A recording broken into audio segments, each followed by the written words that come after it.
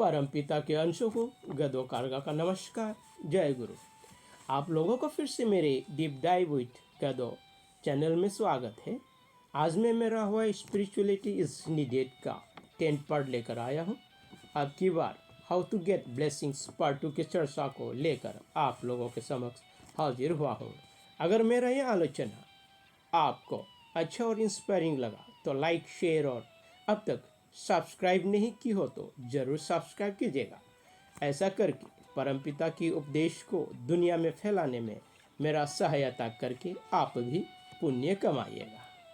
हम जितने भी हार मांस वाले हैं सभी पांचों तत्व जैसे आग, पानी, हवा, मिट्टी व आकाश से निर्मित है।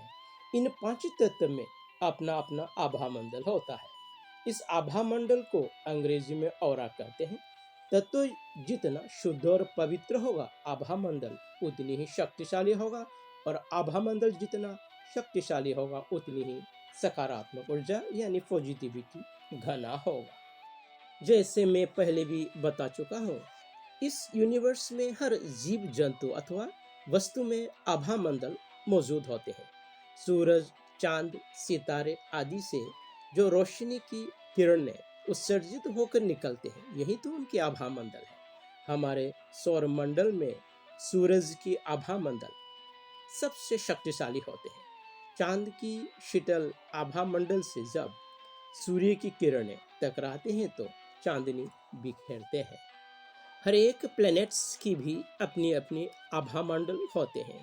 इस तरह इंसान भी इस यूनिवर्स की उत्पत्ति यानी उपज होने के कारण आभा मंडल से घिरे हुए होते हैं। जिसकी आभा मंडल जितनी तेज होते हैं उतनी ही उसमें सकारात्मक ऊर्जा भरे हुए होते हैं और वो उतनी ही शक्तिशाली होते हैं। और जिसमें आभा मंडल जितनी निस्तेज होते हैं वो शक्तिहीन होते हैं। फलस्वरूप नकारात्मक ऊर्जा उस पे हावी होते रहते हैं। इंसान में अपने आभा मंडल की शक्ति को बढ़ाने या घटाने की सामर्थ्य मौजूद होते हैं। अतः इंसान अपने आभा मंडल की शक्ति को बढ़ा भी सकते हैं और घटा भी सकते हैं। इंसान अपने सोच, बोल और करने से जितना खुद की देह और आत्मा को शुद्धिकरण करके पवित्र बनाएंगे उतने ही आभा मंडल में शक्ति की वृद्धि होगी।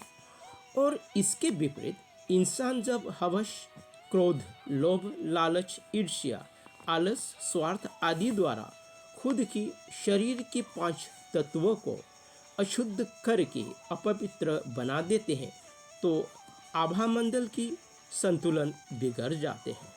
फलस्वरूप आभा मंडल निस्तेज होने लगते हैं और ऐसी अवस्था में शरीर के भीतर मौजूद आत्मा की दिव्य ऊर्जा दबकर रह जाते हैं। फलस्वरूप पॉजिटिविटी को फैलाने में असमर्थ हो जाते हैं। आत्मा सूरज की तरह होते हैं तो बिगड़े हुए 5 तत्वों की आभा मंडल घने बादल की तरह होते हैं। देह की शुद्ध और पवित्र आभा मंडल आत्मा की दिव्य ऊर्जा को सटीक ढंग से काम करने में सहायक होते हैं।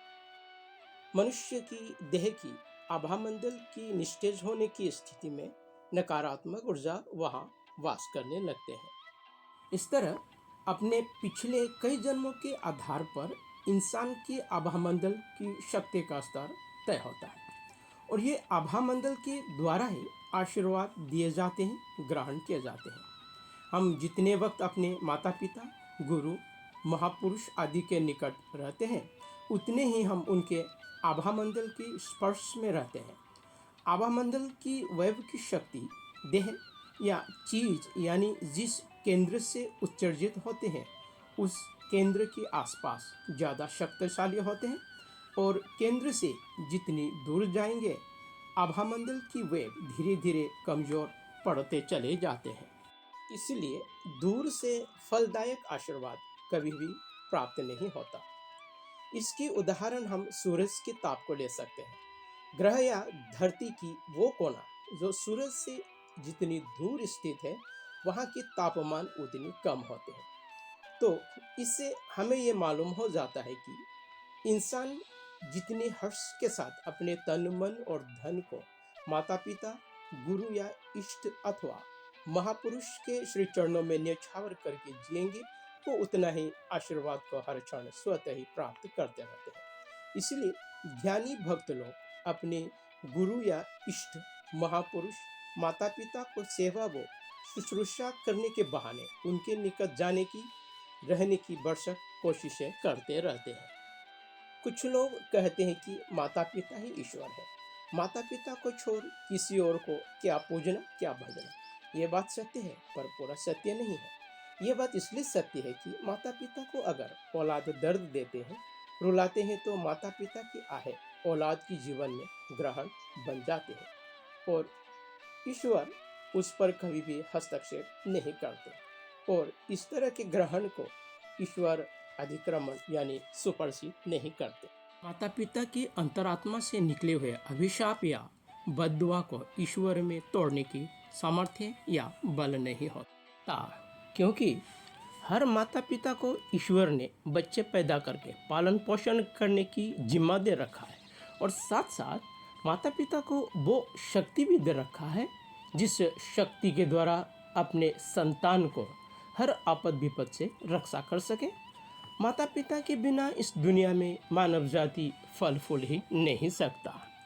लोग ये भूल जाते हैं कि माता पिता को कैसा प्रेम किया जाता है, कैसे भक्ति किया जाता है, सेवा वो शुश्रूषा करते हैं।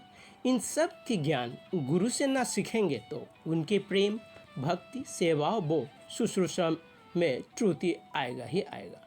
फलस्वरूप दोनों पक्षों को लाभ के बदले नुकसान ही होगा।